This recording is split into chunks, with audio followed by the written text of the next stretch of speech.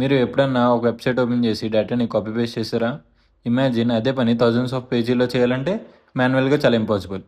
దానికోసమే web scripting వాడతాం. Welcome to day 16. Web scripting అంటే వెబ్సైట్స్ నుంచి డేటాని ఆటోమేటిక్గా ఎక్స్ట్రాక్ట్ చేయడం.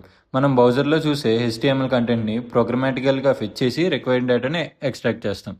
ఎలా వర్క్ అవుతుందంటే సింపుల్గా ఫస్ట్ వెబ్సైట్కి రిక్వెస్ట్ పంపిస్తాం. అది HTML రెస్పాన్స్ ఇస్తుంది.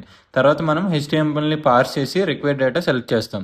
దాన్ని స్టోర్ చేసి డీబీలో కానీ CSVలో కానీ చేస్తాం. ఇప్పుడు ఒక ఎగ్జాంపుల్ చూద్దాం. జనరల్గా కోర్స్ టు స్క్రేప్ అనే దాన్ని ఏంటంటే వెబ్ స్క్రేపింగ్ ఎగ్జాంపుల్ కోసం ఇస్తారు. ఫస్ట్ ఏంటంటే ఆ URL ఇచ్చి తర్వాత అడ్రస్లో ఈ బ్రౌజర్ కింద ఇమిడియేట్ చేయడానికి ఇచ్చి తర్వాత మనం ఒక రిక్వెస్ట్ పంపిస్తాం URLకి. తర్వాత వచ్చిన డేటాని HTMLగా పార్స్ చేస్తాం బ్యూటిఫుల్ సోప్ వాడి. తర్వాత మనకి అది డివ్లో ఉందా, స్పాన్లో ఉందా, ఎందులో ఉందా ఆటోమేటిక్గా మనం ఇన్స్పెక్ట్లోకి వెళ్ళి చూసి అలా ఎక్స్ట్రాక్ట్ చేసి డేటాని తర్వాత మనం దాన్ని ప్రింట్ చేస్తాం.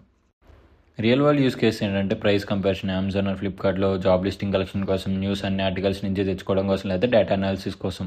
ఇంపార్టెంట్ నోట్ ఇక్కడ ఏంటంటే సమ్ వెబ్సైట్స్ స్క్రేపింగ్ అలా చేయవు. టర్మ్స్ అండ్ కండిషన్స్ ఫాలో అవ్వాలి. APIs ఉంటే ఇంకా బెటర్గా చేయొచ్చు. ఫైనల్ అండర్స్టాండింగ్ ఏంటంటే వెబ్ స్క్రేపింగ్ అంటే మాన్యువల్ వర్క్ని ఆటోమేటిక్గా మార్చడం. నెక్స్ట్ వీడియోలో టెరాఫామ్ అంటే ఏంటి, ఇన్ఫ్రాస్ట్రక్చర్ని కోడ్తో ఎలా మేనేజ్ చేస్తామో చూద్దాం.